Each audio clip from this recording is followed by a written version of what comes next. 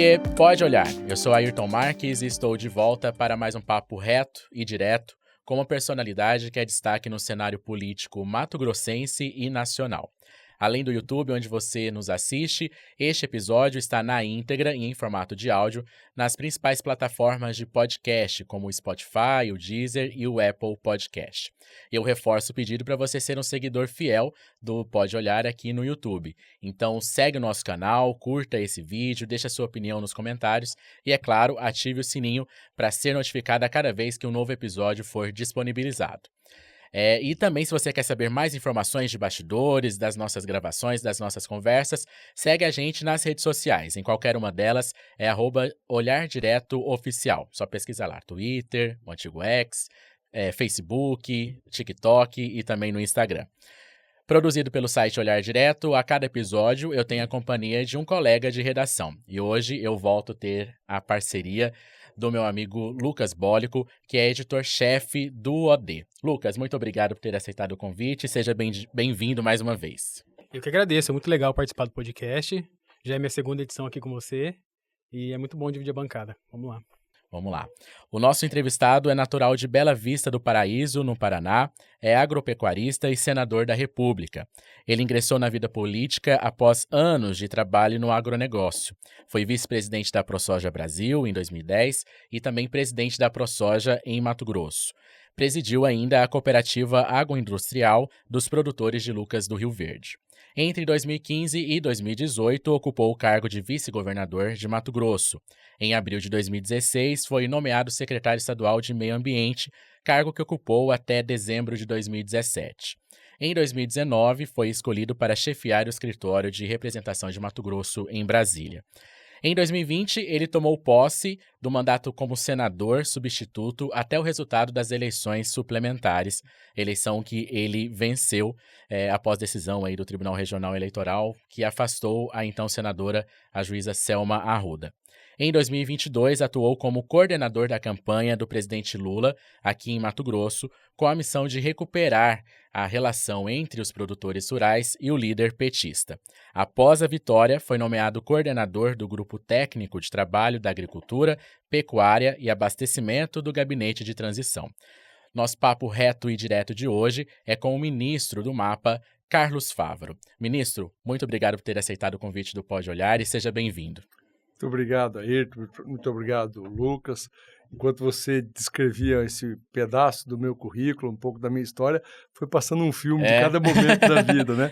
Um resumo grande também, né? Um longo período, uma longa história, né? Eu acho curto, né? Um período curto, 10 anos, 10, 12 anos de vida pública, sem contar o período de entidade representativa de classe, mas que eu estou muito feliz em estar contribuindo com a sociedade mato-grossense brasileira.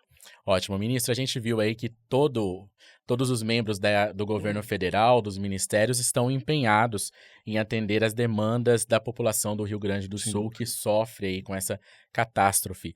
E o Ministério da Agricultura e Pecuária deve também já transferiu, né, a sua administração lá para o Rio Grande do Sul. Qual que é o objetivo dessa ação de transferir para lá a atuação do MAPA? E já algum período, um prazo de quanto tempo vocês vão ficar lá? Bom, perfeitamente. Primeiro, é importante dizer, deste momento, Deus, na minha singela avaliação, permite que o Brasil, que vive momentos, né, de tanta intolerância, de ceticismo, as pessoas divididas talvez por bobeiras, por questões ideológicas, simplesmente por não concordar com o que A pensa, B passa a lhe atacar. Talvez Deus nos dê uma oportunidade nessa tragédia, de mostrar o quanto o brasileiro é solidário, de quanto o brasileiro se une na dificuldade. E para os nossos irmãos gaúchos, um povo resiliente, perseverante, orgulho desta nação que colonizou o Brasil. Certamente o berço da agropecuária brasileira é formada por gaúchos que levaram por todos os cantos, como eles dizem, por todos os rincões deste país, a vontade de lidar com a terra, passando por uma tragédia como essa. Eu estive, então, no Rio Grande do Sul, após os períodos mais críticos, né, que foi o período do início dos alagamentos, momento que o governo se dedicou muito, e a sociedade civil como um toda, no resgate, no acolhimento, nas emergências que precisava. E eu conversei com o presidente Lula, achei que eu seria mais útil trabalhando, estruturando o pós-enchente, né?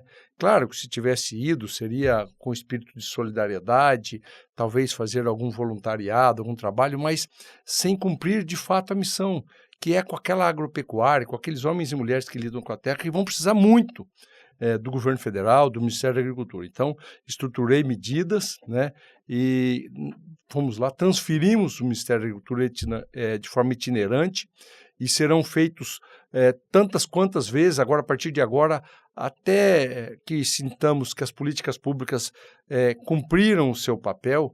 O Ministério vai estar itinerante no Rio Grande do Sul, em todas as regiões, falando com prefeitos, falando com sindicatos rurais, com produtores, com homens e mulheres que lidam com a terra, coletando as suas demandas e implementando, então, as políticas públicas que venham ajudar nesta reconstrução. Ministro, a gente vai detalhar mais essas ações de reconstrução mesmo, né, do que aconteceu no Rio Grande do Sul, mas eu queria dar um passo atrás, até para entender como que o senhor vê essa situação, porque o governo Lula é um governo de frente ampla, né? Então Perfeito. ele congrega visões diferentes de mundo. Perfeitamente. Mas na questão ambiental, a gente pode dizer que majoritariamente ali tem um entendimento de que da emergência climática e da ação do homem como provocador, né, desses efeitos. Uhum. E eu gostaria de saber se o senhor concorda com esse tipo de visão ou se o senhor tem uma visão mais no sentido de negação, né, a esse... Não, ao contrário, eu acho que a natureza cobra aquilo que foi feito contra ela. E acho que pela primeira vez na história nós conseguimos provar, porque é muito difícil, até então tinha um negacionismo das mudanças climáticas.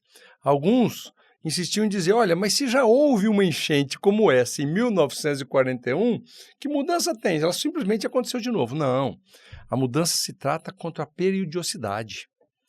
Nós estamos falando que nos últimos 3 anos o Rio Grande do Sul sofreu por 3 secas muito severas.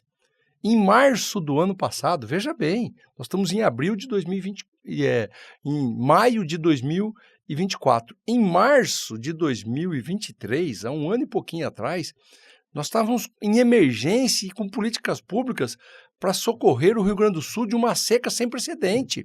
E de lá para cá, essa já é a terceira enchente, é a terceira, a mais devastadora de todas.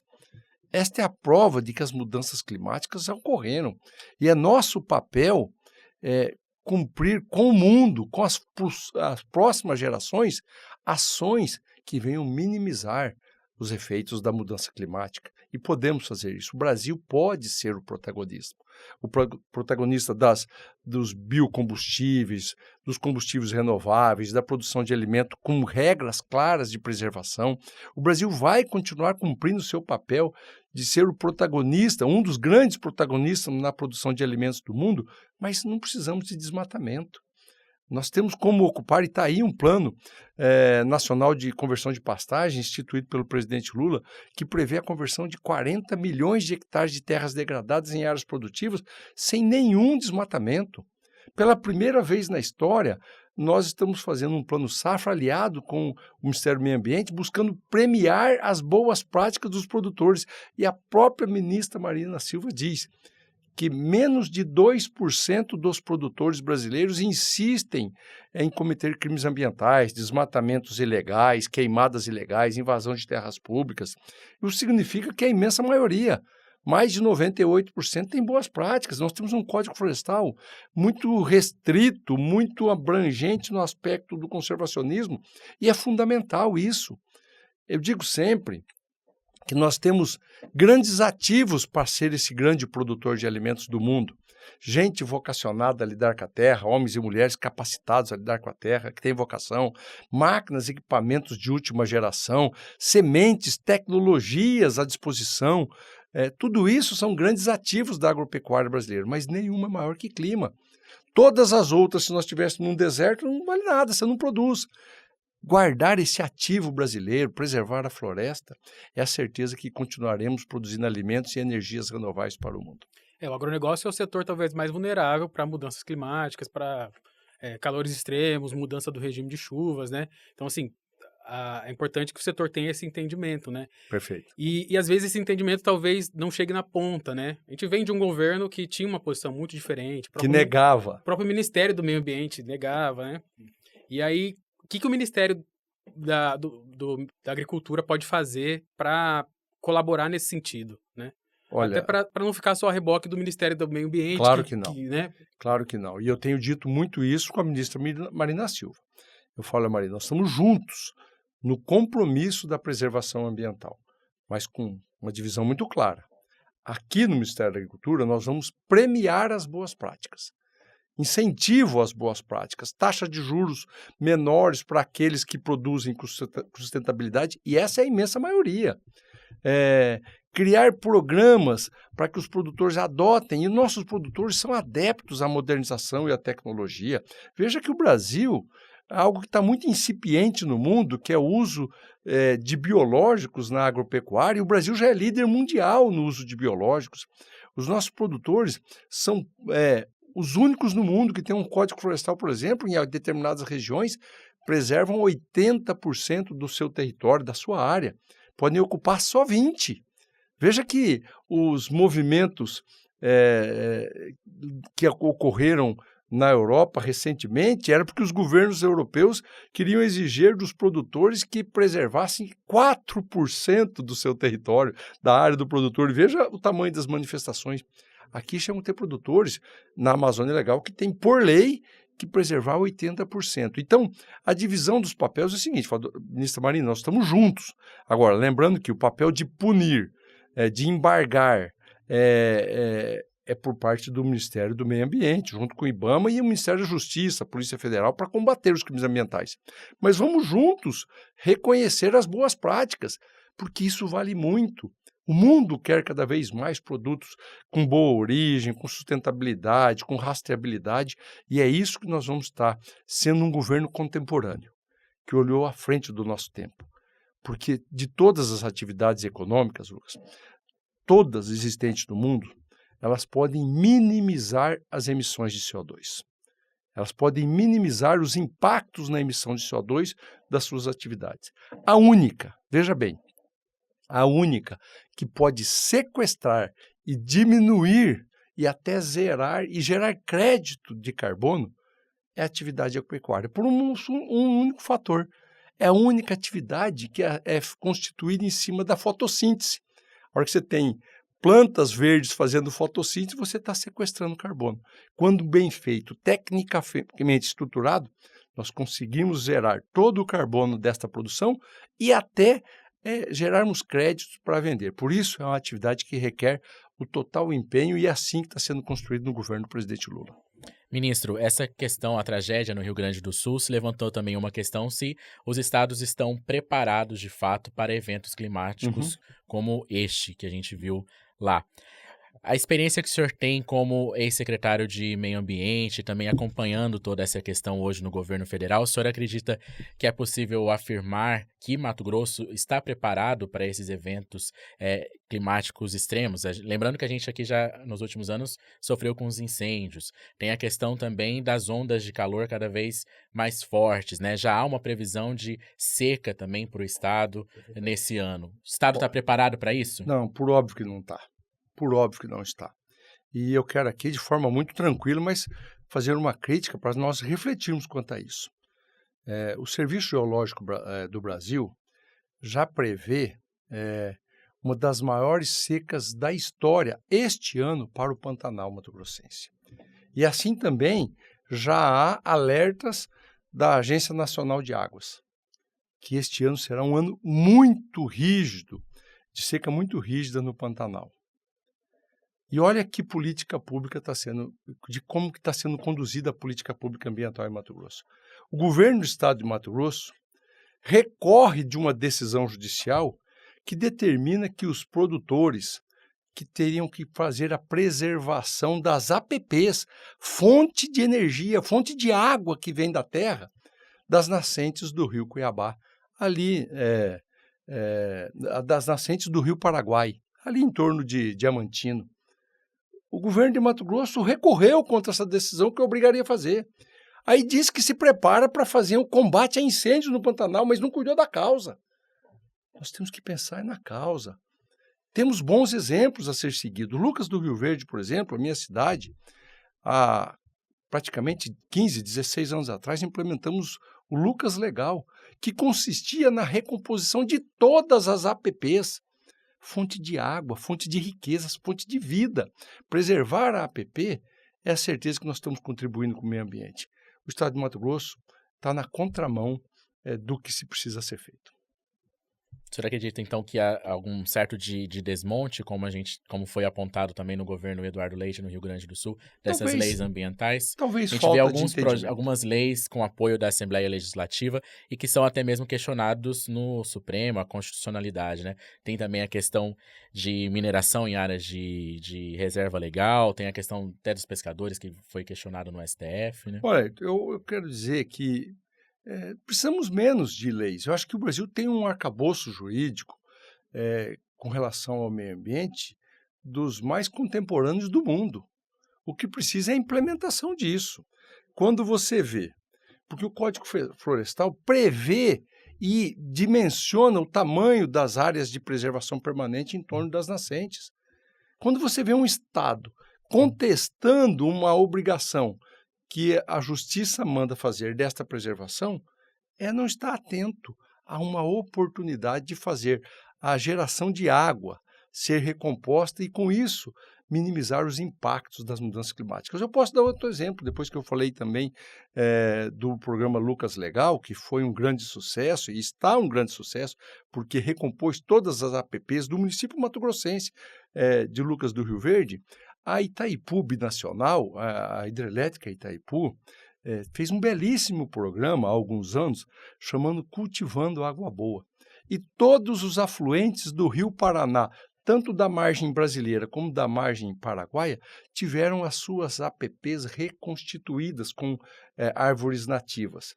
E o resultado disso foi que todas elas aumentaram o volume de água nessas nascentes e, consequentemente, vem o resultado, além de ambiental, econômico, que, afinal de contas, a Itaipu vive de gerar energia. Essa é a atividade econômica principal de Itaipu. E se sai mais água nas nascentes afluentes do Rio Paraná, mais água passa dentro das turbinas. E, além disso, deixou o legado de preservação ambiental.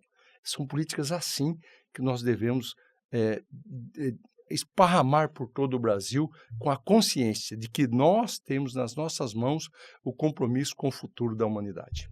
E voltando aqui para o desastre no Rio Grande do Sul, que é de proporções assim enormes, né? No Ministério do Senhor, assim, diante daquele estrago gigantesco, qual foi o foco de atenção principal, assim, num primeiro momento, uma questão emergencial? Porque são muitos campos de atuação, imagino, né? Perfeito. Mas, enfim. O primeiro ponto, ainda antes da minha visita ao Rio Grande do Sul, foi, eu já procurei a Federação da Agricultura do Estado do Rio Grande do Sul, a Federação dos Produtores de Arroz, 123 sindicatos rurais foram reunidos em reuniões virtuais, porque era o possível naquele momento, as associações de cooperativas, enfim, todo o sistema produtivo. E o primeiro grande ponto era a suspensão de todos os vencimentos da agropecuária gaúcha, né? Todos os vencimentos. Pediram 90 dias para que a gente possa construir, e estamos nessa fase de construir propostas que sejam condizentes com esse novo momento. E o governo adequou as datas, foi até um pouco mais, se eu não me engano, são 104 dias de carência. E por que isso? Porque lá em agosto tem uma data de grandes vencimentos, se eu não me engano, 15 de agosto, então já para ultrapassar esse dia aí, para que tudo isso esteja acobertado por uma prorrogação, para que não tenha nenhum produtor gaúcho inadimplência dos seus compromissos, até porque ele perdeu a capacidade de prover esses compromissos, né, de pagar esses compromissos em dia. E agora na fase, então, já de repactuar.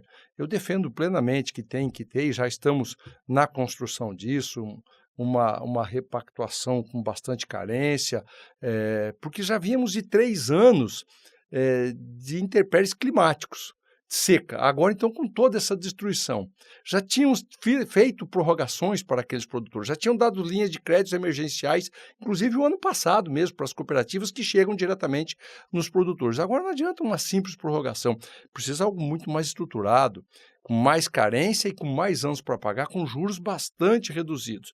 Além disso, Estamos falando só da dívida, mas temos que falar em reconstruir. O dinheiro disponível para o Rio Grande do Sul não acabou, o que falta é o crédito. Numa situação como essa, a liquidez acaba.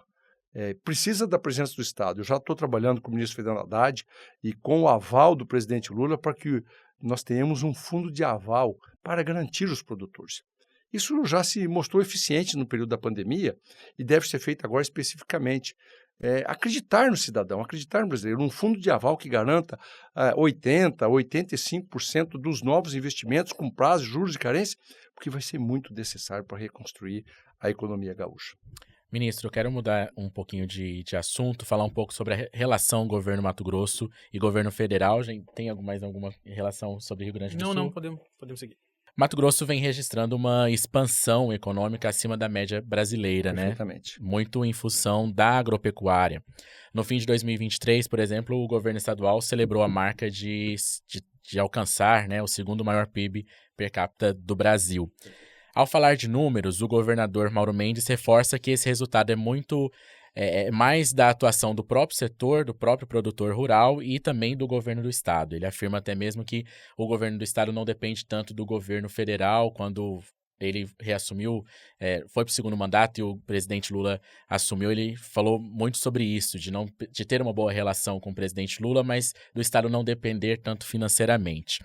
E, de fato, em especial na infraestrutura, o governo estadual tomou à frente de obras importantes, como a BR-163, a questão também da ferrovia estadual, que, na visão que a gente tem, se dependesse da União até então, essas obras não teriam saído do papel, estariam estagnadas até agora. Onde que o governo federal falha ao conseguir ajudar o Estado, nem mesmo nesses pontos que, até certo ponto, eram de responsabilidades do governo federal? Olha, eu gostaria que esse verbo fosse usado no passado, onde o governo federal falhava em poder ajudar o governo do Estado de Mato Grosso. Primeiro, dizer que o sucesso do Estado de Mato Grosso, não podemos ter a presunção de achar que é obra só de um governo, que chegou agora e está há 5 anos governando o Estado de Mato Grosso. Isso é obra de homens e mulheres que estão aqui há 300 e poucos anos construindo esse Estado. Isso é obra de imigrantes, homens e mulheres que vieram para cá das várias regiões do país, do Sul, do Sudeste, do Nordeste brasileiro, para ajudar a construir esse Estado. É fruto da pujança ambiental, da estabilidade para podermos produzir. Veja que é muita pretensão achar que o sucesso de Mato Grosso está galgado nos últimos 5 anos.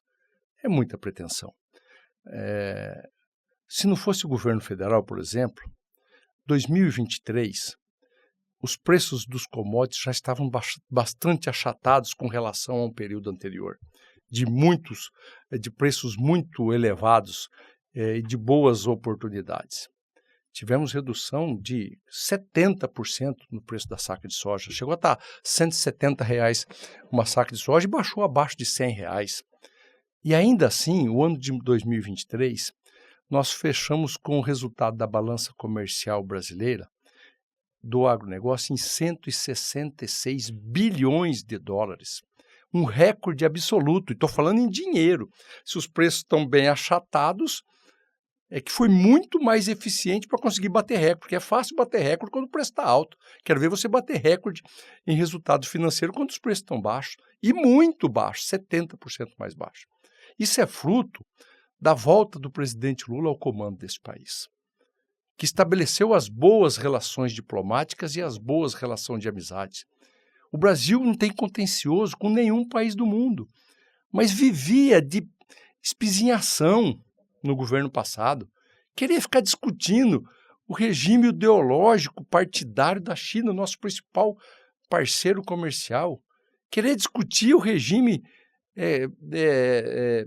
ideológico da Argentina, ou discutir o governo dos Estados Unidos A ou B, ou reconhecer a vitória de A ou B, ou o que é pior ainda, querer interferir na beleza da primeira-dama da França. Que política diplomática é essa? Isso tirou muitas oportunidades.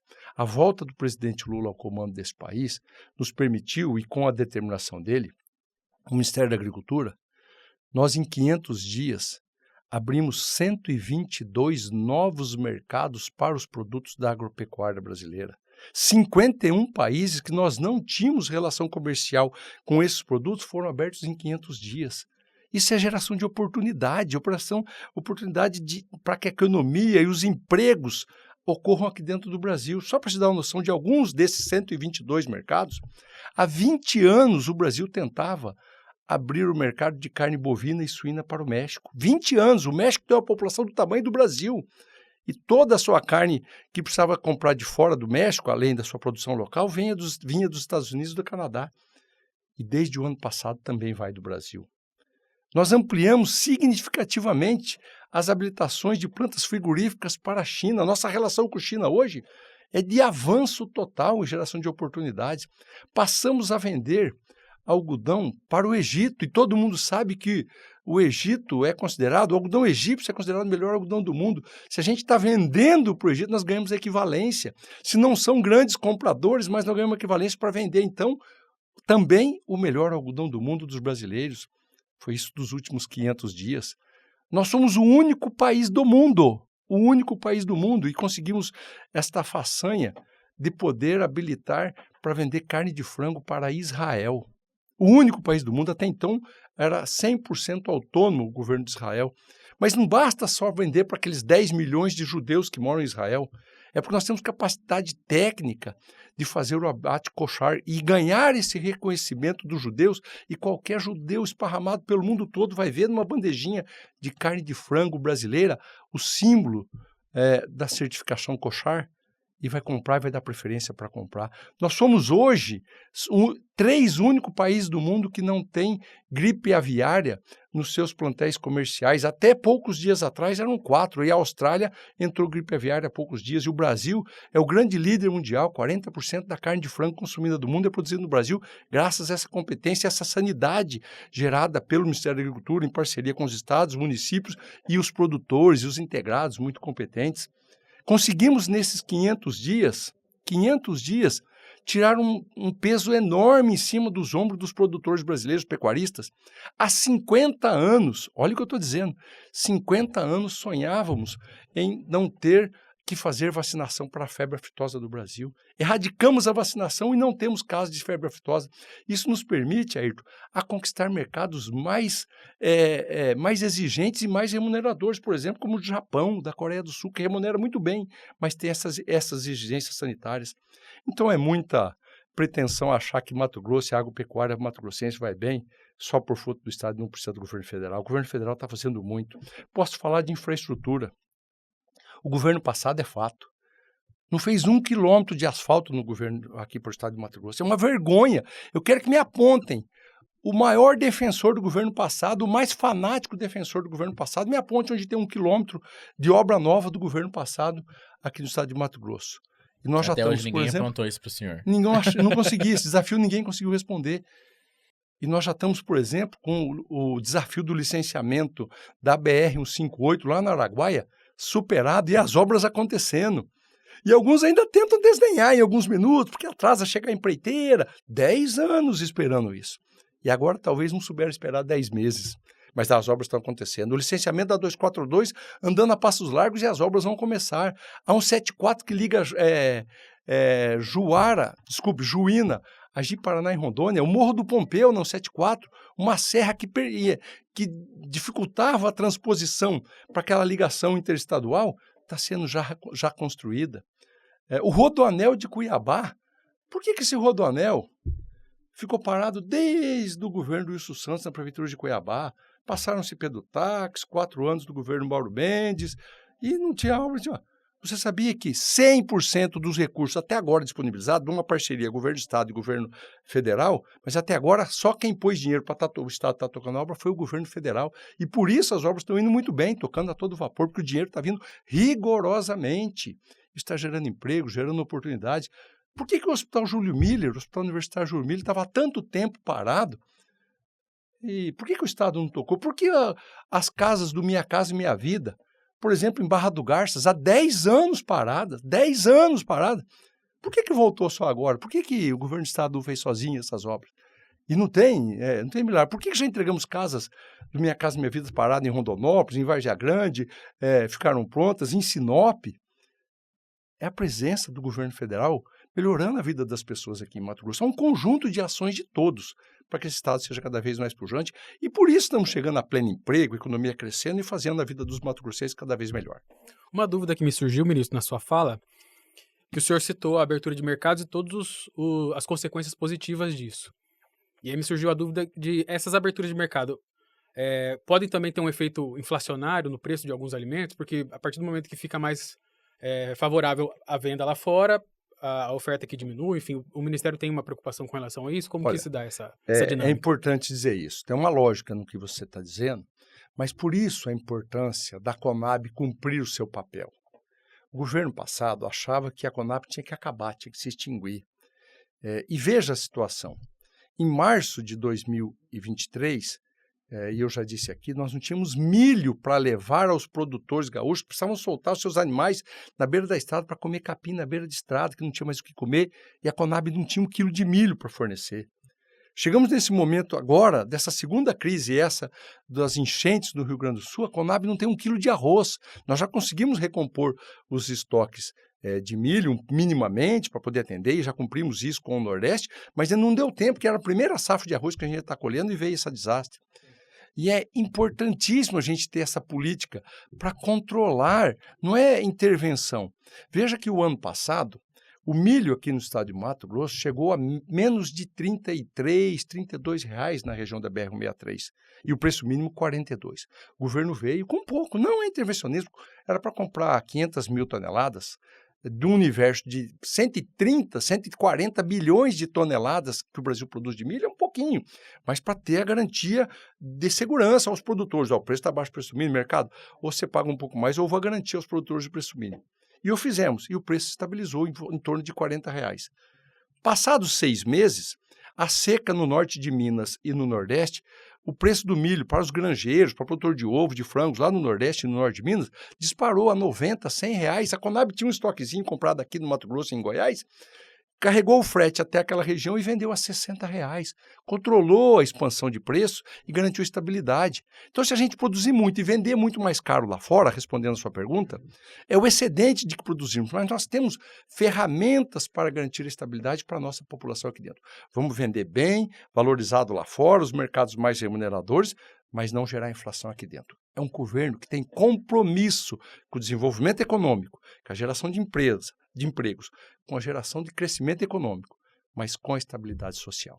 Perfeito, está respondido. E agora, voltando para os feitos positivos que o senhor estava elencando, o senhor já sente um efeito positivo na avaliação do governo junto ao setor? Porque a gente veio de uma eleição muito dividida, Verdade. muito polarizada, e o senhor tinha mesmo essa função de ser uma ponte com o segmento e tal. O que o senhor observa desse período para cá? Já tem uma melhora nesse cenário, digamos assim? Lucas, nada resiste ao trabalho. Nada resiste à dedicação e quando os resultados aparecem, as animosidades desaparecem ou diminuem. Nós precisamos lembrar que eu cheguei pela simples posição de ter feito uma escolha política partidária, ser declarado por entidade de classe não legítimo representante do setor. Só porque eu fiz uma escolha. Aí fui tratado como não legítimo por uma entidade a qual eu fui presidente. Como eles elegeram alguém que não era legítimo? Olha o nível de animosidade, de acirramento. Eu cheguei a ser desconvidado da maior feira de negócios da agropecuária brasileira. Por bobeira, por coisas bobas, entendeu? Mas o presidente muito lúcido, às vezes ele ficava até magoado, ele me perguntava, Fávaro, o que eu fiz de mal para a agropecuária? Eu que criei o Programa Nacional do Biodiesel, eu que criei o carro flex, eu que instituí a regulamentação dos transgênicos, contra inclusive o que pregava o meu partido, o Partido dos Trabalhadores. Até 2002 o Brasil vendia soja transgênica ilegalmente para o mundo. contrabandeada da Argentina, e ele entrou no cargo, criou o CTN-Bio através da ciência, e olha como cresceu a nossa produção junto com a ciência, os transgênicos seguros para a população brasileira e mundial. Ele criou o Programa Nacional do Biodiesel, que mudou a formação de preço de oleaginosa de soja e também do farelo para a produção de proteínas animais. Ele que fez a repactuação de mais de 87 bilhões de reais em 2008, uma medida provisória, em cima do endividamento que se arrastava desde os planos Collor, Plano Real, Plano Cruzado, e repactuou isso e deu crédito, e essa agropecuária virou isso nesses 20 anos, esse gigante mundial. Ele que fez infraestrutura logística, não pode esquecer que a BR-163, que nos liga com o Pará e nos deu competitividade aqui em Mato Grosso, foi licenciada e mais de 95% dela foi construída nos governos do presidente Lula e da presidente Dilma. Se nós temos um terminal rodoferroviário em Rondonópolis, o maior da América Latina foi no período do presidente Lula. Se tudo isso não convence, não arrasta, o que ele fez de mal? Ele falou assim, Fávaro, só tem uma fórmula. Não adianta a gente ficar dizendo que fizemos. Vamos fazer de novo. E foi muito trabalho. Com tudo isso que eu já falei aqui, plano safra, aberturas de mercados, não deixar o endividamento chegar de novo. Pela primeira vez na história, antes do término da safra, essa que é uma safra com problema de preços achatados e safra menor por conta da seca e enchente em outros lugares, ele me falou, não deixe entrar em inadimplência ninguém. Trabalhe para já repactuar as parcelas desse ano para que ninguém caia em inadimplência, juro de mora, que comece uma onda de negativismo. E já abrimos essa... O Conselho Monetário Nacional já aprovou a prorrogação de 2024. Com tudo isso, eu posso dizer a você, eu já voltei, eu já fui na AgriShow esse ano, eu fui em todas as grandes feiras convidados, e é assim que tem que ser. E certamente nós vamos, através do trabalho, reconectar com todos aqueles homens e mulheres que queiram o Brasil dando certo. E depois, em 2026, todo mundo tem o direito de escolher seu candidato, votar, pedir voto, financiar dentro dos limites legais. Isso é a democracia. O senhor citou aí a sua relação com o Lula, e aí eu fiquei curioso, eu queria lhe fazer uma pergunta para a gente tentar reconstituir a tua trajetória desde a eleição para o Senado até esse momento, porque na eleição para o Senado ainda o senhor, na campanha, fazia um discurso de certa aproximação com o Bolsonaro, né? E depois de eleito, uma postura mais independente até chegar ao apoio do Lula e tal. E a campanha ao Senado, ela já se deu no momento de governo Bolsonaro, ainda da pandemia, a gente já sabia quem era o Bolsonaro, digamos assim. E aí, quais foram os fatos, quais foram as questões ideológicas ou não, enfim, o que fez o senhor desenhar essa trajetória? Olha, essa é uma oportunidade muito legal que tem, obrigado, viu, Lucas, de eu falar um pouco da consolidação do meu perfil ideológico político. Veja bem, eu cheguei em Mato Grosso há 40 anos atrás, oriundo de uma pequena propriedade no Paraná. Meu pai e minha mãe tinham uns 13 alqueires de terra no norte do Paraná. Um pequeno produtor. O sonho de uma vida melhor, de oportunidade, se deu aqui no estado de Mato Grosso, em um município que é um assentamento de reforma agrária. Esse sonho de prosperidade, rapidamente ele foi substituído pela desilusão, pela ausência do poder público, pela ausência das políticas públicas. Um posto de saúde decente para ter atendimento, uma escola boa, uma estrada, uma ponte, energia elétrica, água encanada. Não tinha isso. Na minha casa, em Lucas do Rio Verde, morando ainda lá na roça, a geladeira era a gás, porque não tinha energia elétrica para uma geladeira. Você sabe o que é isso? Essa é a ausência do poder público. E isso foi superado. E olha que belo município é Lucas do Rio Verde. Um município que se transformou pela união das pessoas, pelo fortalecimento, tanto que fui presidente de cooperativa. Esse é o sistema. Por que veio a agroindústria? Porque lá as cooperativas locais buscaram o desafio de verticalizar, de ganhar competitividade, produzir carnes através de soja e de milho. Isso tudo me trouxe para a política. Entidade representativa de classe. E eu tenho esse viés mais do associativismo, do viés do desenvolvimento econômico, mais atrelado ao social. Vivemos um momento, como você bem disse, da eleição suplementar, da minha eleição ao Senado, que claramente aqui a direita e a extrema-direita sempre teve candidatos. E o que eu dizia no período da eleição, que quem quer que fosse o presidente, ninguém ia ter surpresa comigo. Que o presidente que estava governando o Brasil não ia ter surpresa comigo. O que fosse bom para o Brasil, eu ia estar votando com o Brasil. E votei muito com o governo Bolsonaro, quando senador da República. O que era bom para o Brasil no período da pandemia. Eu votei praticamente tudo, se não tudo a favor do que o governo propôs, porque o que interessa eram as pessoas. E o que eu disse, e a frase que eu disse era: presidente, o senhor não terá surpresa comigo.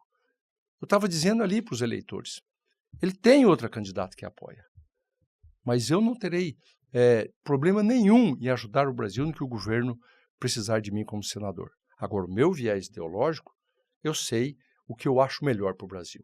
E tive a oportunidade, então, em 2022, de deixar isso claro. Quando eu comparei como foi o presidente Lula à frente deste país e o governo que estava governando. E na minha comparação, não tive dúvidas que eu deveria apoiar o presidente Lula e estou muito feliz. Não pela vitória dele, graças a Deus da vitória dele, mas porque tive a atitude correta, com a minha consciência de ter apoiado um grande estadista desse país, que é o presidente Lula. O senhor não acredita que demorou um tempo, além do que deveria demorar, para o senhor deixar claro esse viés ideológico que o senhor tinha? Não dava para ter mostrado já na eleição de 2020? Porque muitos dizem enganados, né? Por terem acreditado naquele momento que o senhor era bolsonarista, tinha um alinhamento mais com o Bolsonaro, e depois o senhor mostrar um alinhamento com a esquerda. Como que eu sou bolsonarista? Porque se eu sou bolsonarista, por que eu não era o candidato dele? Eu já estava senador. Eu já estava no Senado. Estou dizendo aqui que era o período da pandemia. Eu estou falando aqui que votei tudo que o governo precisou que votasse, porque era importante para os brasileiros. Não interessa, depois que as eleições passam, o que interessa é o que os cidadãos esperam de quem está governando. Eu não faria e não faço para nenhum governante oposição por oposição. Nós temos que ter responsabilidade, porque o papel do governo e o papel da oposição são bem distintos, mas o que interessa mais, acima de tudo, é o interesse da população. Se a população escolheu determinado governante, na medida do possível, mesmo sendo oposição, você pode ajudar. Este é o papel, mas em nenhum momento, em nenhuma das minhas eleições, você me viu pedindo voto pelo ex-presidente, e nem ele pedindo voto para mim, mas a democracia é a arte de saber conviver. E é isso que eu queria deixar claro aos eleitores e aos cidadãos. Que tudo que fosse bom para o Brasil eu poderia contar. Mas a minha origem, a minha história política, eu fui gradualmente constituindo. E tive a oportunidade, quando fui convidado pelo presidente Lula para ser o coordenador do plano de governo para o agronegócio brasileiro em 2022, e coordenador na campanha, e depois coordenador na transição, e ser convidado para ser ministro, de então poder fazer isso vir para a prática de como penso as políticas públicas. E conta pra gente como que é a relação do senhor com o presidente Lula hoje, não só no campo da institucionalidade ali também, mas, enfim, no trato pessoal, como que é? Ele disse em eventos públicos que o churrasco do senhor é bom, né?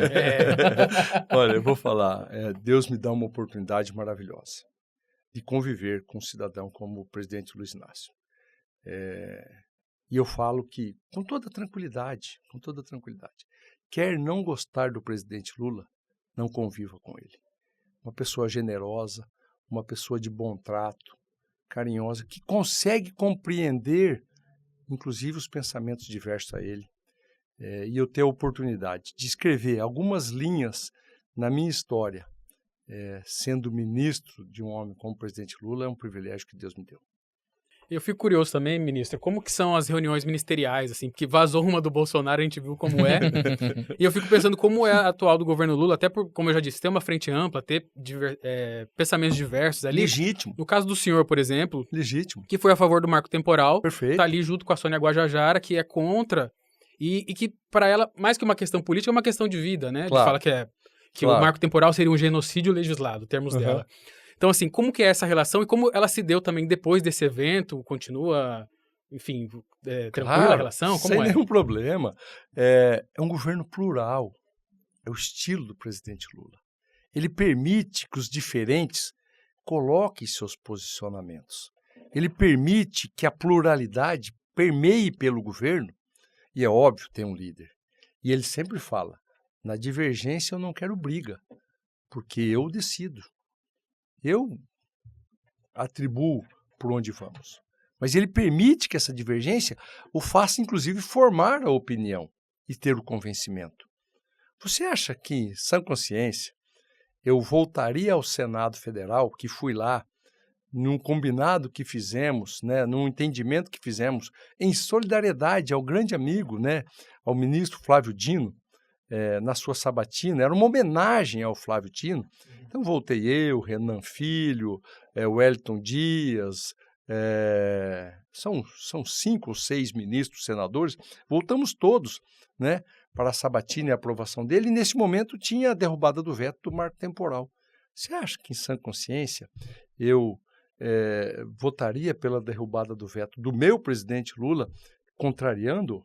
Claro que eu combinei com ele, ele entendeu as minhas razões, e ele entende as razões da ministra Sônia Guajajara. Mas nós queremos acabar com o conflito. Estamos trabalhando para isso. E escute o que eu vou dizer. Neste governo do presidente Lula, nós vamos superar essa divergência de demarcação de áreas indígenas do Brasil, pacificar esse assunto. O Supremo, a Suprema Corte fez um grande papel a estabelecer a necessidade, se quiser demarcar, é legítimo, mas o mesmo Estado que em algum momento da história, em um determinado polígono, escriturou a terra, titulou a terra a um cidadão, se ele quiser dar outro destino hoje, que seja as comunidades indígenas, que indenize, que pague o valor venal à vista e em dinheiro. E aí ele pode dar outro destino. Não dá para fazer política para A em detrimento de B, expropriar de A para dar para B. Isso não é um país seguro. E o presidente Lula também concorda com isso. Então, caminhamos muito rápido para pacificar essa questão e convivermos em harmonia. E outra questão também que eu queria... a isso, não, pode falar. Eu ia mudar um pouco o assunto. Eu queria falar mais sobre essa questão da pressão que o senhor sofreu dentro do Ministério, do MAPA, né? O senhor até disse já no começo da nossa conversa que quando o senhor assumiu, o senhor sofreu uma pressão, o posicionamento da ProSoja e dos produtores foi o contrário. Eu não disse entidade nenhuma aqui. Mas a gente sabe que o senhor presidiu a ProSoja, né? E também, e a gente viu uma pressão muito forte, política mesmo, em Brasília, para que o senhor fosse retirado do ministério. A cabeça do senhor esteve a prêmio para muitos ali, uma pressão. Dizem, nunca vi isso no fato acontecer. A minha pergunta é exatamente essa, se em algum momento o senhor se sentiu arriscado e se foi realmente essa boa relação, se foi o presidente Lula que manteve o senhor no ministério, independente da pressão política que existia em diversos partidos, em diversos setores lá em Brasília. Olha, governar é a arte de estar com quem ajudou a ganhar. Depois de ganhar é fácil querer sentar na cadeira. O presidente Lula tem o respeito a companheiros. E, na medida do possível, o critério para a troca não deve ser a pressão política. Deve ser se está performando ou não. Se você está performando, está entregando aqueles compromissos que tem com o programa de governo, eu acho que é suficiente para a manutenção no cargo. Eu sempre digo ao presidente, a escolha é dele, eu sou muito grato pelo convite. E se em algum momento ele precisar do cargo de Agricultura para outro destino, eu volto para o Senado Federal e vou ser um grande aliado dele, defender o governo dele no Senado Federal. Mas essa relação também foi muito bem construída. Essas divergências com o Congresso, por exemplo, eu posso lhe dizer, nós estamos em maio de 2024 e eu gostaria que vocês pesquisassem na história, em que momento histórico um ministério conseguiu entregar em maio do ano existente aquilo que foi indicação de parlamentares para chegar na sua base eleitoral. Em maio de 2024, nós estamos entregando as indicações dos parlamentares brasileiros nos seus estados e municípios, emendas de 2024. Em nenhum outro momento da história eu tenho conhecimento disso. É com transparência, com muito trabalho, com lealdade, e o que pode, pode, e o que não pode, não pode. O Ministério da Agricultura executou 99,7% do orçamento em 2023. Foi o recordista na esplanada do Ministério na execução. O Ministério da Agricultura pagou em restos a pagares de convênios e de emendas parlamentares de 2019, olha o que eu vou dizer, 2019, 20, 21, 22... Em 2023, pagou mais de 2 bilhões de reais.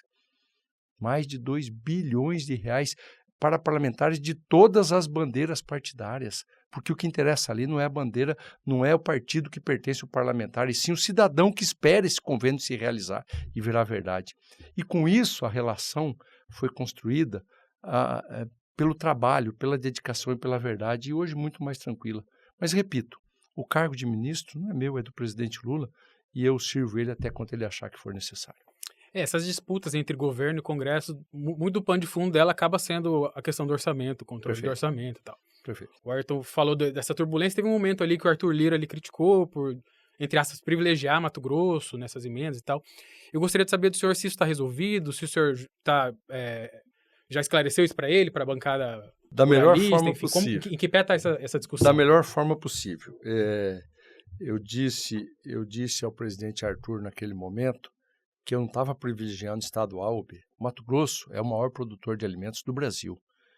É um estado que precisa nós temos um estado que é um continente e que tem muita infraestrutura a ser feita. E que as vicinais, que é uma atribuição do Ministério da Agricultura, podem e devem atender não só Mato Grosso, e por isso nós tínhamos um plano de recuperação de vicinais, que não era só para Mato Grosso. E disse a ele, se ao final do ano legislativo, em dezembro de 2023, alguma indicação de algum outro parlamentar, de algum outro estado, não tiver cumprido, você pode me cobrar. Aí ele me disse, mas já fui enganado uma vez, os parlamentares indicaram, neste próprio Ministério da Agricultura, quero entrar o ano, 22 ou 23, 22 ou 21, não cumpriram com os parlamentares. Sim, você me cobra ao final de 2023. E aí eu estou lhe dizendo aqui, todas as indicações foram cumpridas. E não foi em detrimento de Mato Grosso ou de outros estados. Fizemos só das vicinais, que você está dizendo, 4.600 e poucos quilômetros teve a intervenção do Ministério da Agricultura. E esse ano vamos trabalhar para fazermos 8.000 quilômetros. Não foram os 875 quilômetros só de Mato Grosso. E essa relação, então, com o resultado, acabou acabando a animosidade. Falo sempre com o Arthur, esses dias nós estávamos lá em Uberaba, junto, na véspera da abertura da Expo Zebu, ficamos batendo um papo na casa de amigos lá, até de madrugada, e de manhã estávamos juntos na abertura da feira. Vou sempre na residência oficial falar com ele sobre agropecuária, ele que também que é pecuarista, ele que também que está reconhecendo as oportunidades, ele que também nos ajudou no trabalho para que Alagoas, e junto com o governador Paulo Dantas, que é adversário dele lá, mas todo mundo unido, incluísse Alagoas nos 5 últimos estados que faltavam para entrar no ciclo e o Brasil todo ser declarado livre de febre de febre aftosa, sem vacinação, a última campanha de vacinação. Trabalhamos todos juntos e o resultado aconteceu. Então, de novo eu volto na frase, nada resiste ao trabalho. E assim, conceitualmente, né, como que o senhor enxerga esse avanço do Congresso sobre o orçamento da União, assim? Porque uma das críticas é que isso acaba privilegiando, às vezes, algumas pautas, algumas reivindicações mais paroquiais, deixando de lado questões globais, que o Ministério, enfim, tem uma visão mais assim, completa da situação. Olha. E também se o senhor já precisou reduzir algum programa ou não realizar por conta dessas questões orçamentárias, essas duas perguntas. Olha, primeiro dizer que eu também sou parlamentar. No tempo do RP9, quando foi criado o RP9, alguns chamavam de, como que é, emenda secreta, orçamento secreto. Eu dei total transparência. Eu, como senador, lutava para conseguir cada vez mais recursos para o meu povo mato-grossense, que me elegeu e a quem eu represento. E ao conseguir qualquer recurso para trazer para o Mato Grosso, a primeira coisa que fazia era cacarejar, colocar nas redes sociais. O que secreto tem nisso? A primeira coisa que fazia é colocar na rede social. Não tem por que esconder. Em algum momento, falou assim, olha, Fávaro é um dos que mais recursos liberam do RP9, do orçamento secreto. Eu falei assim, olha, eu acho que eu sou um dos mais transparentes, que mais conto, porque acho que é importante a presença do parlamentar, que vive conectado com a base, que conhece o prefeito, que conhece o problema do município, a falta do asfalto do bairro, a falta do esgoto, a falta de uma escola, de um posto de saúde, o recurso para cirurgias eletivas, a falta de um equipamento, de uma máquina, de um trator. O parlamentar vive muito isso. Guardado as devidas proporções, é o vereador do mandato. As pessoas vão na casa do vereador cobrar porque não está funcionando isso, aquilo. Da mesma forma, os prefeitos vêm no parlamentar porque precisam disso ou daquilo. Então, o fortalecimento da divisão do bolo orçamentário com o parlamento, eu acho legítimo. Agora, precisa ter critério. não pode ser pulverizado e desconectado com as ações do mandante do executivo. Eu disse isso para o presidente Lula.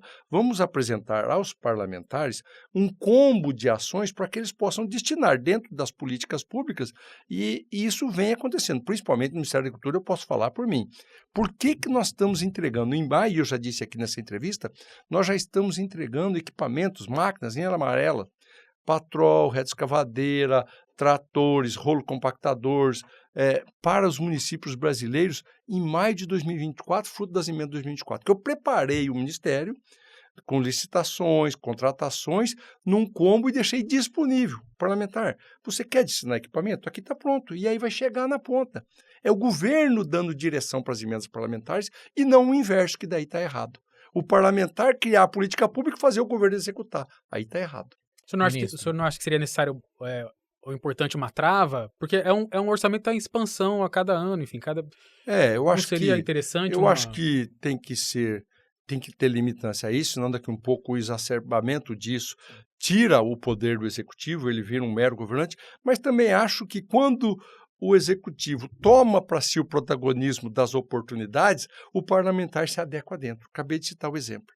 O nosso programa de vicinais, por exemplo, acabei de dizer, o ano passado eu disse, eu vou executar, eu vou fazer isso acontecer, porque é bom para o cidadão. Uma estrada vicinal de boa qualidade, o transporte escolar, as crianças vão para a escola e voltam com garantia. Eu sei porque vivi lá, lembra aquela história da ausência do poder público em Lucas do Rio Verde há 40 anos? As crianças iam para a escola e dava 10 horas da noite e não chegava porque o ônibus ficava num atoleiro. Dava 10 horas da noite e não chegava de volta em casa. Então, por isso o programa das vicinais. O ano passado executamos 4.600 quilômetros, esse ano vamos executar 5.000. É porque eu estou dando um combo de oportunidades. Aqui é mais rápido.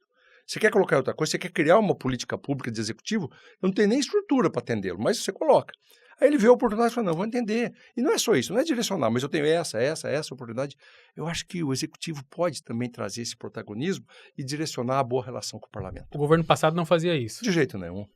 De jeito nenhum. Entregava e falou assim, eu quero os votos só, façam o que vocês quiserem. É isso que ficou mal acostumado. E eu sempre falo para o presidente Lula, e a minha parte do Ministério da Agricultura, eu estou procurando fazer em harmonia com os parlamentares. Ministro Lucas, o tempo está passando muito rápido. Tem alguns assuntos ainda que eu quero abordar. Eu queria falar agora sobre a moratória da soja. Perfeito. Que é uma medida e é um acordo privado, né, dos produtores de óleo vegetal ligados principalmente a Biov, que também já teve o conselho presidido até mesmo pelo ex-governador Blairo Maggi, e também a ANEC, né, Associação Nacional dos Exportadores de Cereais, que esse acordo estabelece uma proibição da compra de produtos produzidos em áreas desmatadas até julho de 2008. Após julho de 2008. Exatamente. E aí a gente vê uma pressão muito grande dos produtores rurais e também a partir disso, uma pressão política. Deputados estaduais, federais e o próprio governador Mauro Mendes, que condena essa medida e acusa uma interferência indevida de países estrangeiros, principalmente da Europa, diante de um código florestal mais rigoroso do mundo. De que lado que o senhor se posiciona nessa questão da moratória da soja? Muito bem, Ayrton. Esse é um assunto importante, a gente tem que discorrer sobre ele sim. Primeiro assim, acho que um passo atrás.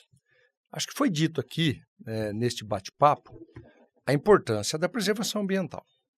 Ficou claro aqui o meu posicionamento.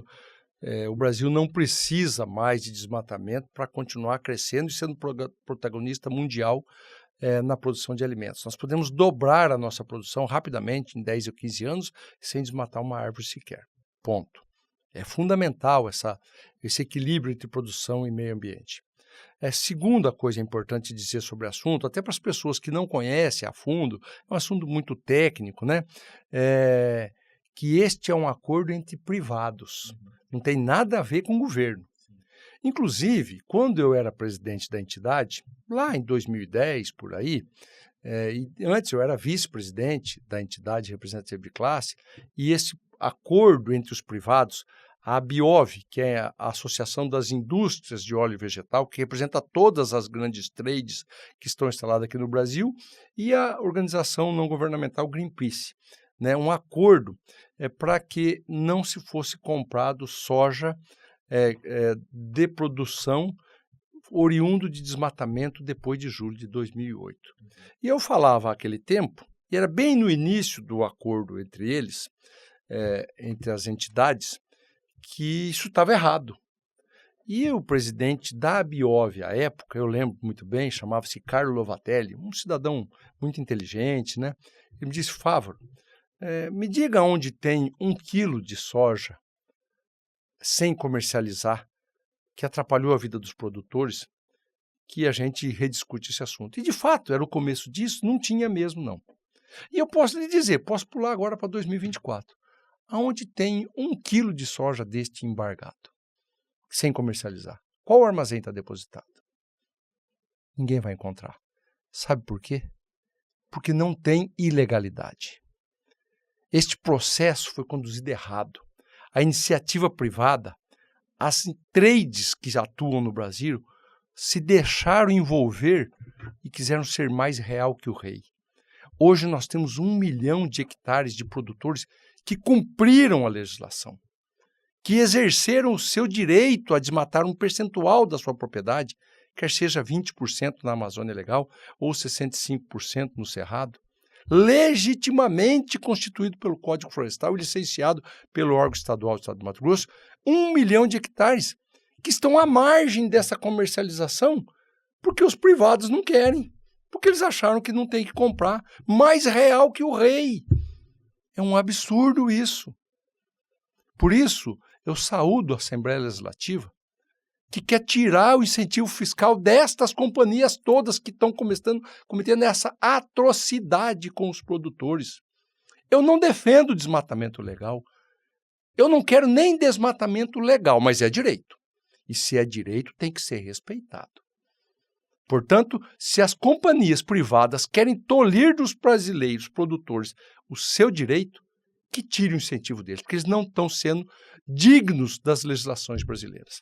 Parabéns à Assembleia Legislativa do Estado de Mato Grosso. O senhor estende essa parabenização também para o governador Mauro Mendes? Quem está fazendo a lei é a Assembleia Legislativa. Eu apoio a lei apresentada na Assembleia Legislativa. Nós temos que achar uma forma, como poder público, de trazer os fatos à realidade. Eu não estou defendendo desmatamento, mas eu não posso tirar o direito de quem fez certo simplesmente porque 2 privados resolvem tirar esse direito. Da mesma forma, eu vou mais longe. Como pode, e o presidente Lula falou ao presidente da França, Emmanuel Macron, como pode o Parlamento Europeu, em uma outra instância mais ou menos como essa, dizer que a União Europeia não vai comprar produtos brasileiros com desmatamento depois de 2020, mesmo que legal. Quem são eles? Que direito eles têm a legislar aqui no Brasil? Nós temos um Código Florestal e esse tem que ser cumprido. E a soberania brasileira tem que ser respeitada. E por se tratar de um acordo privado, também o campo de ação é muito limitado, né? O que é possível ser feito? Mas é o que eu estou dizendo. Pressão, mas é o que eu estou dizendo. Esses produtores, me diga onde tem 1 quilo de soja deste embargado. Até porque ele não é ilegal.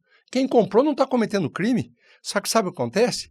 Obriga esse produtor a vender para outros pequenos comerciantes que se tornam atravessadores para comprar dele, porque não está ilegal, ele pode vender, ele pode plantar, ele pode colher, porque ele está licenciado. Aí um atravessador compra e depois vende para ter ou para outros e isso entra no sistema e é consumido. Mas tirou competitividade de um produtor que virou vítima de um acordo de 2 privados. O que ele tem com isso de errado? Ele não fez nada de errado. Ora, e aí essas empresas que se prestam a fazer esse acordo errado e não querem corrigir, que já deveriam, olha, porque o erro acontece. Mas quando ele passa os limites e começa a prejudicar outras pessoas, volte atrás do erro. As trades não estão voltando atrás desse acordo? Ora, então o Estado deve agir. Peraí, eu vou parar de dar benefício. Ele está causando dano, está penalizando ilegalmente os nossos produtores e ainda tem incentivo fiscal aqui no meu estado? Não tem que ter, não. Parabéns à Assembleia Legislativa pela iniciativa.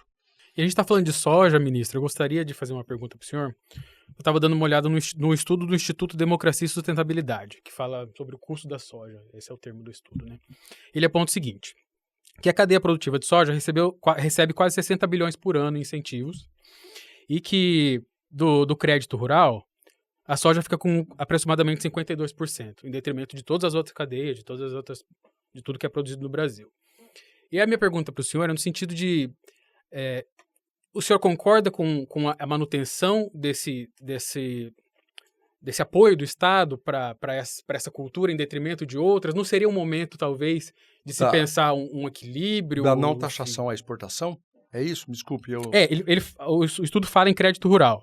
52%. Mas está muito. A do crédito, não entendi. Para todas as culturas. Do Plano Safra? De todas as culturas. Mas isso são dados do Banco Central de 2022. Mas deixa eu lhe dizer, se é a maior cultura da agropecuária brasileira, isso é uma questão de mercado. Se é a mais demandada, se a soja é a fonte, por exemplo, da produção de biodiesel, é a fonte maior da proteína animal para a conversão das carnes. É a maior produção, é o maior financiado. Você vai deixar de financiar a soja para financiar aquilo que não tem tanta demanda. Eu acho que nós temos um plano safra muito plural, que financia de abelha a zebu, que financia do açaí ao zebu. Só para dizer, para não esquecer aqui, dentre os mercados abertos, 121 mercados que nós abrimos nesses 500 dias, um que eu acho fantástico, nós abrimos a possibilidade de exportarmos açaí desidratado, lógico, né, para a Índia. Suco de açaí, produção da floresta, produção sustentável. Para um público, olha o tamanho da população indiana, que oportunidades nós vamos conseguir gerar nesses pequenos produtores extrativistas da floresta amazônica. E o Plano Safra pode financiá-los também com juros bem barato. Agora, não dá para colocar mais dinheiro do que a capacidade que tem o produtor de açaí de tomar. E se é necessário financiar bastante a soja, e diga-se de passagem, o Plano Safra financia pouco mais de 30%, 40% da demanda da agropecuária. Quando nós fizemos o maior plano safra da história, 444 bilhões de reais entre MDA e MAPA, 365 bilhões de reais do MAPA e o restante do MDA para a agropecuária brasileira, eu posso assegurar que o plano safra, tudo que financia a agropecuária brasileira, privados e públicos, passa de R$1 trilhão, passa bem de R$1 trilhão.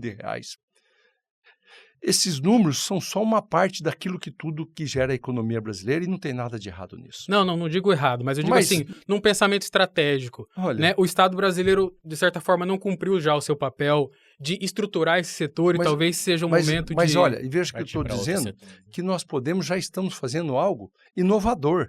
Como é um setor que tem um hedge natural, veja a estratégia. Não é de graça que o ano passado nós criamos a linha dolarizada, que era para financiar equipamentos e máquinas. Nós assumimos o governo em 2023, janeiro de 2023, estava desde agosto de 2022 sem limites de recursos do Plano Safra anterior, daquela época, para financiamento de equipamentos e máquinas. E no novo Plano Safra era só em junho. Tinha 6 meses a mais aí para tudo aquilo represado. E nós construímos, junto com o BNDES, a linha dolarizada, juros internacionais, com hedge natural e sem precisar fazer um apoio de subsídio a essa taxa de juros. E o hedge natural, dolarizado. O maior sucesso, 8 bilhões de reais já foram empregados nessa linha. E sabe a inovação? Hoje ela pode não só financiar equipamentos e máquinas, ela pode financiar, inclusive, o custeio da agropecuária, pode financiar armazéns, máquinas, calcário, tudo o que precisar. E agora, na última atualização deste programa, a CPR do agro. Tudo aquilo o produtor pode não contrair, pagar o seu endividamento através da CPR dolarizada. Isso é inovação e não tem dinheiro público financiando, é só inovação. Nós temos que inovar para que o recurso com subsídio público possa atender principalmente aqueles pequenos que não têm rede, que precisam mais do recurso do Tesouro Nacional. Ministro, a gente já estourou o nosso tempo, mas eu quero ainda falar sobre eleições. Eleições municipais aqui na capital, a gente tem aí... daqui a alguns meses, essa disputa pelo Palácio Alencastro, e o PSD vai apoiar o nome que será lançado pela federação formada por PT, PV e PCdoB. Mas não está tendo uma demora demais para a definição de quem que deve ser esse nome entre Lúdio, o deputado estadual Lúdio Cabral, e o vice-prefeito José Roberto Stoppa? Não está demorando e isso não pode acabar favorecendo outros partidos aí que já estão em plena pré-campanha? Olha, mas está todo mundo em pré-campanha, viu? O Lúdio também está em pré-campanha, está andando. Eu já tive com o Lúdio em reuniões, eu já tive com o Stoppa em reuniões, nós já montamos as chapas de vereadores, já estão todos prontos para serem validados na convenção. É um processo democrático, um amplo debate.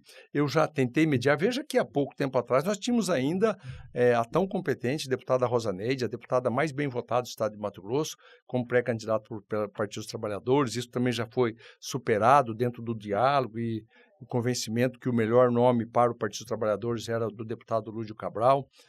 E eu acho que as conversas estão acontecendo e no momento certo nós vamos chegar no nome escolhido. Esse momento certo não tem previsão. É próximo. Eu garanto para você que até as convenções vai estar definido quem será o candidato da Frente Brasil da Esperança. Mas vou lhe dizer também, este conjunto de ações que estamos construindo, de propostas para Cuiabá, até porque, Ayrton, buraco não tem ideologia partidária. É isso que o Lúdio vem falando, eu estou gostando muito desse posicionamento dele. A saúde com dificuldade não quer saber se o governante é de direita ou de esquerda, ele quer solução. E nós estamos estruturando compromissos com a população cuiabana de um governo com o viés do desenvolvimento econômico, por exemplo, o Lúdio já nos procurou a Embrapa para vir se instalar aqui e desenvolver o arranjo produtivo da fruticultura, da piscicultura, pensando no futuro, ele como deputado estadual, a saúde de qualidade, a educação, o transporte, tudo isso. E aí este conjunto de propostas e compromissos e o apoio do governo federal coloca esta candidatura, qualquer que seja, no segundo turno, e eu posso garantir isso. O senhor disse que gostou da postura, da fala do deputado estadual Lúdio. Isso significa que ele é o seu favorito nessa disputa interna? Não, eu gosto muito. O Estopa me ajudou muito na montagem da chapa do PSD. É uma grande liderança. Conhece Cuiabá como ninguém. É fundamental o Estopa, se não for prefeito, estar participando da gestão, porque ele é muito competente, conhece como ninguém. Poucas pessoas conhecem Cuiabá como o Estopa conhece. E ter o quadro junto, os dois, apresentando propostas, certamente quem vai ganhar com isso é a população cuiabana. E o PSD deve indicar o vice nessa chapa? A gente viu aí nos bastidores o nome da sua filha, a Rafaela Fávaro, também tem da Natasha Sliesarenko, que se filiou também nessa janela partidária, e é um forte nome também para fazer uma dobradinha, quem sabe, assim, de saúde, né, de médicos. Como que tá isso e quem que deve ser indicado, então? Olha, o PSD não exige nenhuma participação na chapa, nós vamos ajudar a construir aquilo de melhor para oferecer como proposta à população cuiabana. Nós temos sim bons quadros. A Rafaela, minha filha, gosta muito da política, ela tem um viés político, ela preside o PSD Mulher, ela acompanha o desenvolvimento de programas sociais tão importantes, mas eu acho pessoalmente que não é a hora dela vir para a política de forma a disputar eleitoral. Ela já está na política, presidente do partido, tudo, mas acho que ela casou agora, tem pretensão de ser mãe, acho que não é o momento dela, já disse a ela que não é o momento. Já com relação à doutora Natasha, uma mulher espetacular, ela veio para o partido sem nenhum compromisso.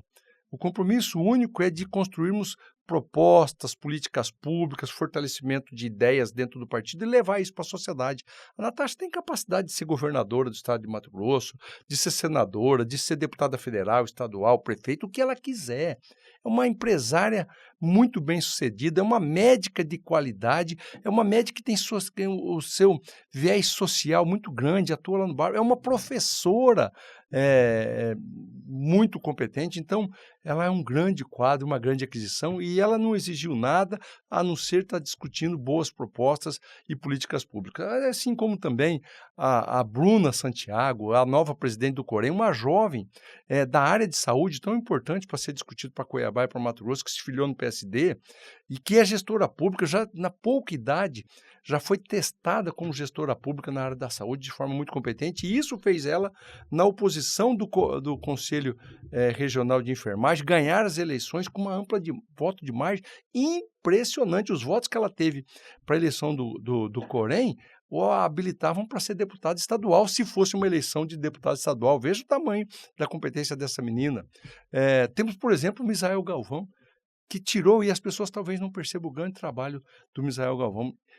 Ele conseguiu pegar pequenos comerciantes, camelôs, e transformar o shopping popular num grande negócio para pequenos empresários cuiabanos e brasileiros, dando um exemplo de que a união, a organização, dá para dar um sentimento. O shopping popular é um orgulho cuiabano hoje. Então o PSD tem bons quadros e vai participar da eleição de 2024, oferecendo isto à nossa coligação, mas sem nenhum compromisso de nome pré-estabelecido. E como que o senhor vê o poder de influência na decisão do voto dos eleitores em Cuiabá? A gente tem aí o presidente da Assembleia, Eduardo Botelho, que vai ter o apoio do governador Mauro Mendes. A gente tem o deputado federal, Abílio Brunini, que tem o apoio do ex-presidente Jair Bolsonaro. A federação tem o apoio do senhor e do presidente Lula. O senhor acredita que esses apoios podem, de fato, definir a eleição? Apoio é importante, mas que vale mesmo é a empatia, é o compromisso do candidato tocar no coração do eleitor. Quando ele toca naquilo que o eleitor acredita que é importante para mudar a sua vida e o bem-estar da sua comunidade, ele conquista o voto. E eu confio que, neste momento, Cuiabá quer alguém que esteja compromisso com o desenvolvimento econômico, mas principalmente o desenvolvimento social. Então, dos nossos quadros é que sairá o próximo prefeito para Cuiabá. E o seu futuro político, ministro? Olha, Tem eleição ao governo vindo por aí, tem eleição 2026, para a né? presidência do Senado também vindo aí, enfim, o que está na sua mente nesse momento? Não, eleição do Senado não. Enquanto o presidente Lula quiser que eu fique à frente do Ministério, eu vou ficar. O meu objetivo agora é contribuir nesse sentido. Em 2026, eu falo com muita tranquilidade. Se for da minha escolha pessoal, eu gostaria muito de ser candidato à reeleição. Eu acho que as relações que criei em Brasília me permitem, em um novo mandato de senador, ajudar ainda mais o estado de Mato Grosso e os mato-grossenses. É fundamental, esse primeiro mandato me deu essa experiência. Veja um primeiro mandato que eu estou no 5º ano desse primeiro mandato ainda, e já sou ministro da Agricultura, então é a prova mais cabal de que consegui construir boas relações de Brasília e com o amadurecimento do mandato e de outro mandato posso ajudar ainda mais o estado de Mato Grosso e o Brasil. Agora não fujo do meu destino. Se o meu destino é ser candidato a governador, eu também não fujo dele. Eu nunca fugi nas minhas tomadas de decisões, quer seja na vida privada ou na vida pública. E se o destino for ser candidato a governador, eu farei com muita dedicação. E na visão do senhor, a tendência em 2026 é o senhor enfrentar o governador Mauro Mendes por uma vaga ao Senado ou o vice-governador Otaviano Pivetta pelo Paiaguás? E como que o senhor vê também enfrentar esse grupo que o senhor já pertenceu? Olha, não dá para nenhum candidato escolher adversário. Eu, quando disputei a primeira vez a minha eleição ao Senado e fui um outsider, eu disputei a eleição disputando contra Jaime Campos, um ex-governador, senador, prefeito várias vezes de Vargem Grande, contra Nilson Leitão, que foi várias vezes deputado federal, prefeito de uma grande cidade, da 4ª cidade do estado, que é Sinop, contra Dildo Sacchetti, que é deputado federal e prefeito de Rondonópolis, apoiado por meu amigo Blairo Maggi. E eu disputei e só não cheguei à frente de todos porque veio a onda bolsonarista e levou o Selma Arruda a ser a primeira mais bem votada, mas a 49 mil votos atrás de Jaime Campos. Você não pode escolher adversário. 11 candidatos naquela eleição. A segunda eleição ao Senado, 11 candidatos também, ex-governadores, os mesmos, players e outros, e Deus me deu a oportunidade de ser senador para Mato Grosso. Quem seria eu para escolher quem deve ser o adversário em 2026? O senhor acha que essa onda bolsonarista passou? Ou ela Não, ainda... eu acho que ela se consolidou, mostrou que boa parte da população brasileira tem um viés de extrema-direita, assim como no mundo isso está se consolidando, está se solidificando, e a oportunidade que a esquerda deve ter de se reinventar também. A esquerda precisa se reinventar. O presidente Lula fala isso abertamente. A esquerda precisa voltar a se comunicar com os desejos atuais da população e acho que abre um grande espaço para o centro. O centro que sabe conversar com os dois lados, que consegue democraticamente ouvir e sintetizar o que é melhor para a população, terá um grande espaço na eleição de 2026. Uma última pergunta. Em 2022, na eleição, o senhor rompeu com o grupo do governador Mauro Mendes, muito por não ter tido espaço para conduzir um projeto que era de ter o Presidente Lula. o presidente nesse Lula e palanque. também a questão do Neri Geller, né? Também, Deputado federal consequentemente. e Senado. O senhor rompeu. Em 2026, há possibilidade de o senhor romper com esse grupo que o senhor pertence hoje, caso haja que não há espaço para o seu projeto político dentro desse grupo, De ou isso forma já está nenhuma. garantido? De forma nenhuma. Eu acho que é um compromisso que firmei com o presidente Lula, com a Frente Brasil da Esperança aqui no estado de Mato Grosso, e estaremos abertos, sim, a dialogar com todos os grupos políticos, mas nesta unidade frente à coligação Brasil da Esperança. Eu quero fazer uma última também, Última. mudando um pouquinho do assunto, Tá, que é sobre as recuperações judiciais. perfeito. Que é algo que está pautado no jornal diariamente. O senhor já Perfeito. falou sobre a banalização disso. Teve que uma é reunião do terrível. CNJ. Que é terrível. E aí esse posicionamento do senhor também gerou uma reação, né? Os advogados especializados em recuperação judicial criticaram o senhor. E na repercussão disso também chegaram críticas e comentários falando que ele está atuando em defesa do padrinho político dele, Blairo Maggi, por causa das trends, enfim. E eu queria ouvir o senhor tanto com relação a essas críticas, mas também sobre o fundamento da questão da banalização Tá. da recuperação judicial, dos problemas que isso traz para o crédito e para a insegurança jurídica que o senhor fala, né? Legal, Lucas. Eu acho que deixei claro nessa entrevista que eu tenho posição própria. Eu tenho uma amizade incondicional com o ministro Blairo Maggi. Eu gosto muito dele e respeito muito ele e acho que ele foi um dos maiores homens públicos desse estado de Mato Grosso. Mas eu acabei de dizer o que penso, por exemplo, sobre o acordo da moratória da soja, da qual a empresa dele faz parte. Este acordo é nefasto aos produtores brasileiros e eles devem ser reprimidos, inclusive com a votação da Assembleia Legislativa, tirando o incentivo fiscal, inclusive, da empresa dele. Não sou tutelado por ninguém. Agora, o respeito ao ministro Blairo Maggi é muito grande. Pode ter certeza disso. Nesse sentido, como você estava dizendo, foi da questão das recuperações judiciais. Não é para proteger a Maggi, é para proteger o crédito. A lei é muito clara com relação à recuperação judicial. A CPR, e eu fui o autor da emenda como senador da República, que tira a CPR do âmbito do arcabouço da recuperação judicial. Porque a CPR não é empréstimo. Ela é a compra futura, é a antecipação da compra. Eu não posso comprar essa caneca da indústria e falar assim, fabrique, vou te adiantar o dinheiro, você fabrique ela e você me entregue ela depois. E aí, eu te adianto o dinheiro, quando você vem me entregar a caneca que eu já comprei, você fala assim, eu não vou te entregar a caneca e não vou devolver teu dinheiro porque eu vou entrar numa recuperação judicial. Eu falo, não te prestei dinheiro, eu comprei caneca. A caneca hoje é minha, então aquela soja, aquele produto, fruto de uma cédula de produtor rural, já trocou de dono. Ele adiantou uma parte daquele produto para que você pudesse financiar toda a sua lavoura. Bem como o ato cooperativo. Quem é a cooperativa? É o próprio produtor representado na pessoa jurídica, a cooperativa. É a pessoa física representada na pessoa jurídica. Como que pode eu, pessoa física, entrar numa recuperação judicial contra mim mesmo e socializar com meus sócios cooperados o meu prejuízo? É isso, uma recuperação judicial colocando o ato cooperativo dentro. Não tem cabimento. Está na lei isso. Não sou eu que estou dizendo. Eu não sou contra a recuperação judicial. Eu sou contra a banalização. Ter CPR na recuperação judicial, ter o ato cooperativo incluso, alienação fiduciária, que está escrito na lei que não pode ser incluso na recuperação judicial, porque daí precariza o crédito. E eu não estou nem entrando no quarto tema, que é a questão da pejotização, que só pessoa jurídica poderia ter acesso à recuperação judicial. Isso, matéria judicial, já superou e acha que desde que tem uma contabilidade específica, porque a agropecuária brasileira é muito na pessoa física e pode ser aceitável, mas os 3 primeiros são inadmissíveis participar da recuperação judicial. Isso afeta o crédito. Isso o bom pagador vai pagar por esse que fez a recuperação judicial com esses itens. É isso que eu sou contra e por isso fui lá acionar o CNJ. Nós não podemos banalizar.